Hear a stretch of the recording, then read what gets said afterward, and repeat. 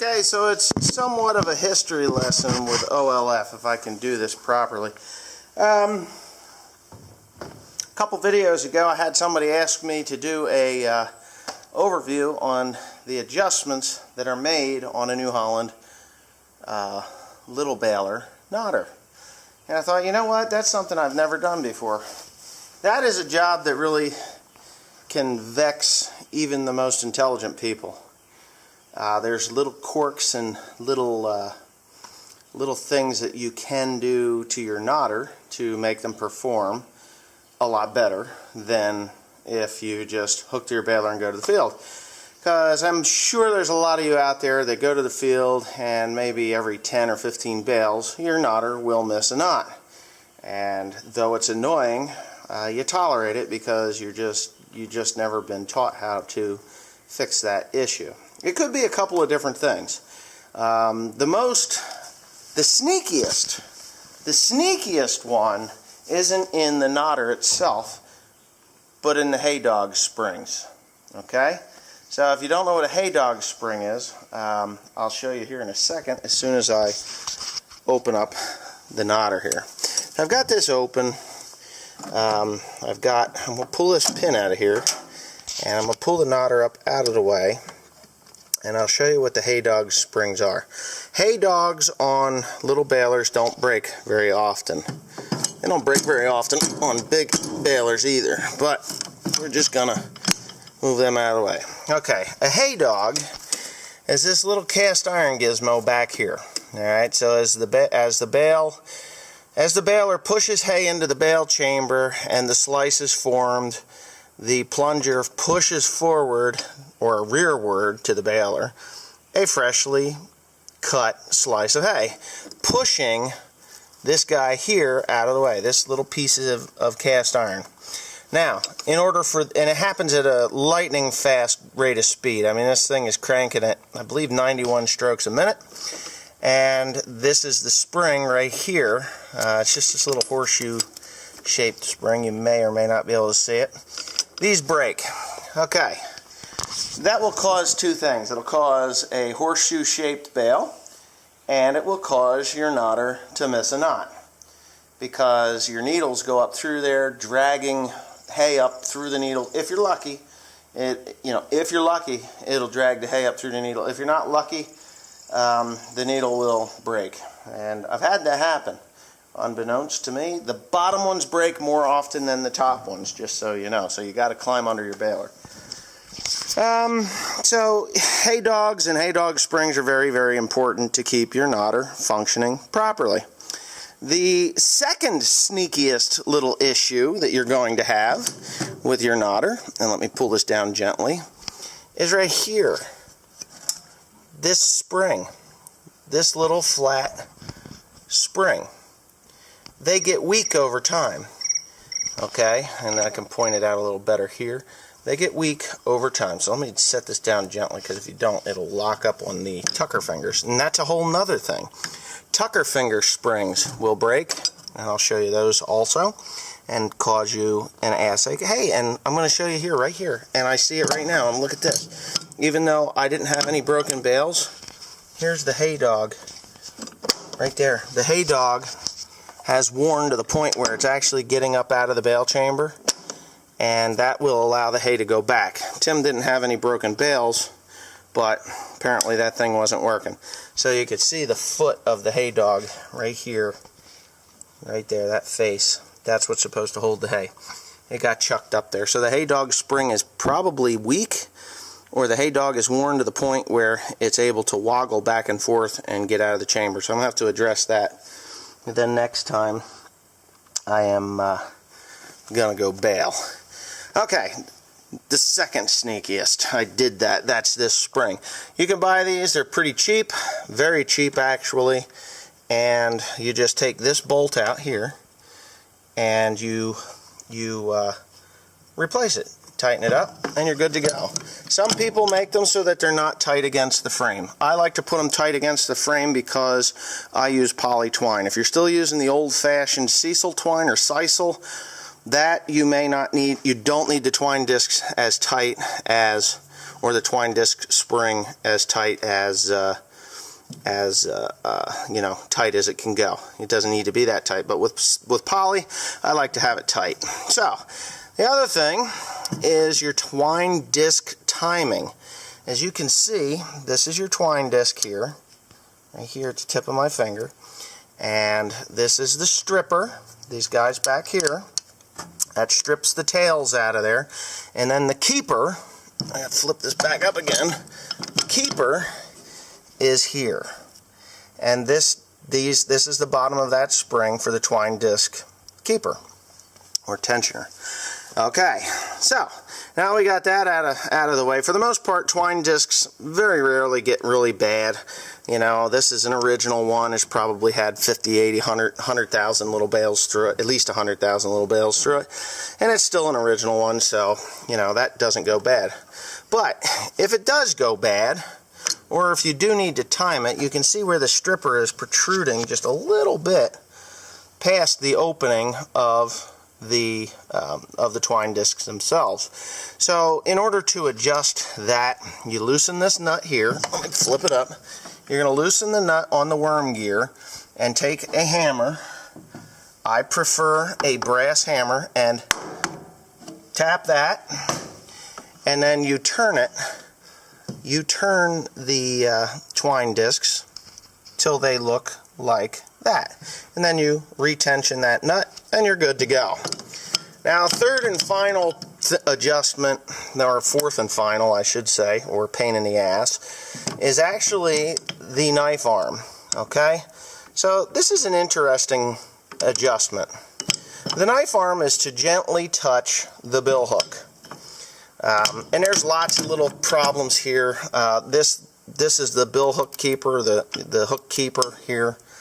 That there has a little spring tensioner. I like to have it, you know, fairly tight. There is in your operator's manual, I'm sure it has the poundage that's supposed to be, but a 1/4 inch of thread on that is usually pretty good. I have replaced these springs before on the old baler, but never on this one.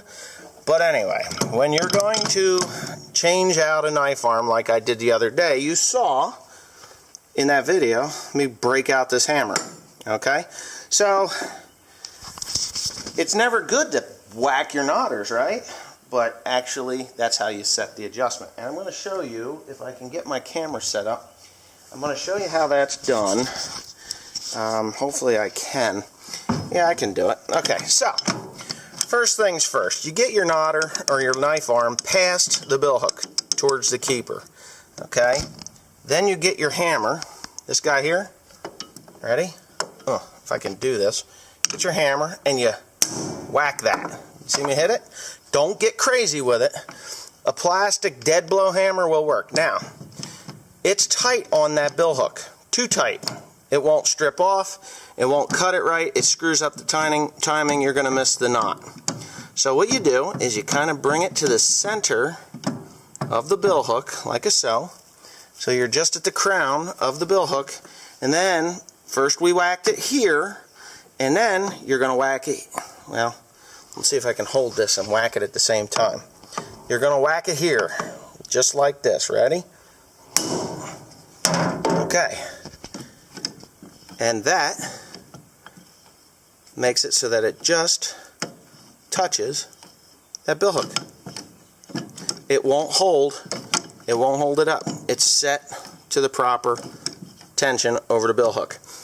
If it's too loose, and I mean too sloppy where it's not touching that bill hook, it'll miss knots. If this is worn, like this one here, actually the frame, I need to put another shim in there, which I may do. Not today, but I'm just doing this for purposes, you know, for educational purposes.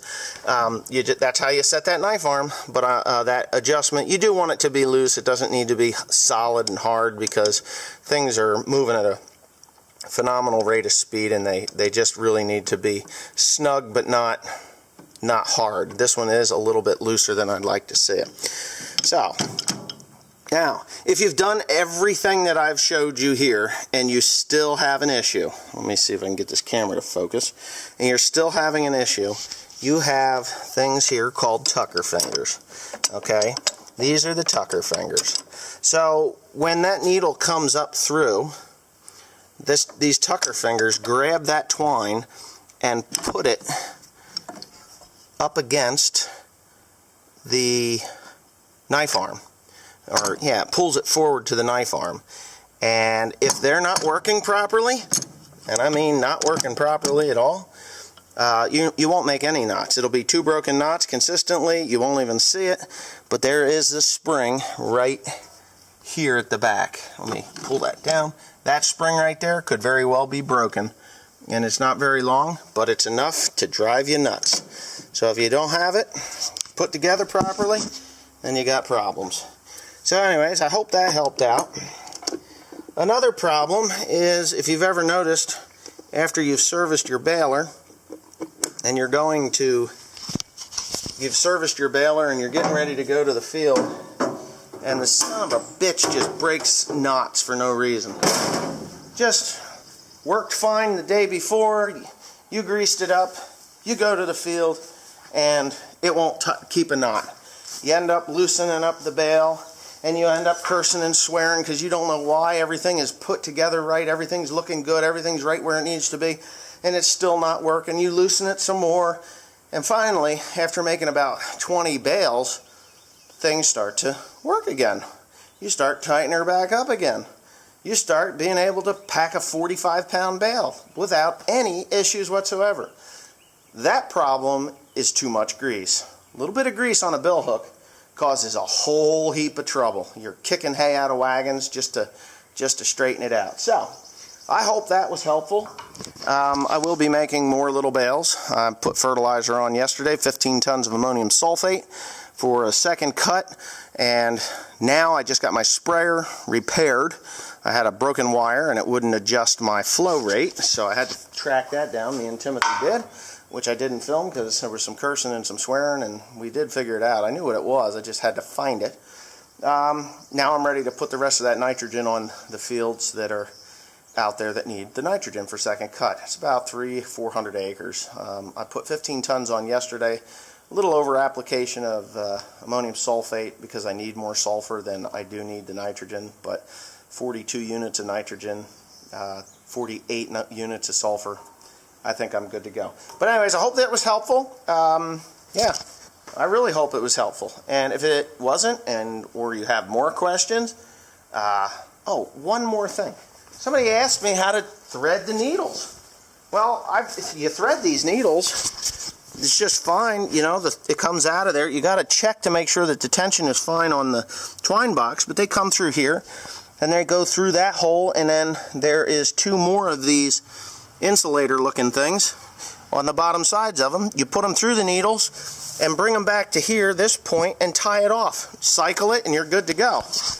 Okay, so I hope that helped. I mean, I was rather shocked that someone that's baled hay for a long time has asked me that question, but that's how it's done. Anyway, thanks for watching. Please comment, rate, and subscribe. Hope it was helpful. If it wasn't, I'm sorry. If it was, you're welcome. Have a nice day. There's always one more thing. If you've done everything that I have, showed you in this very dark film, I'm sure there's going to be some comments about that, and you're still having problems or whatnot, you're going to have problems. On the right-hand side, you have the needle yoke drive brake. And over time, the brake shoe will wear, and your needles will it'll go all the way back, but because they come back with such force, they'll actually drift back down. That means that your needle yoke drive brake is worn to the point where either you need to tighten it or you need to replace it. So you can look on your balers if your needles are relaxing or dropping down. You'll break needles if that thing is bad, so check that. Thanks for watching.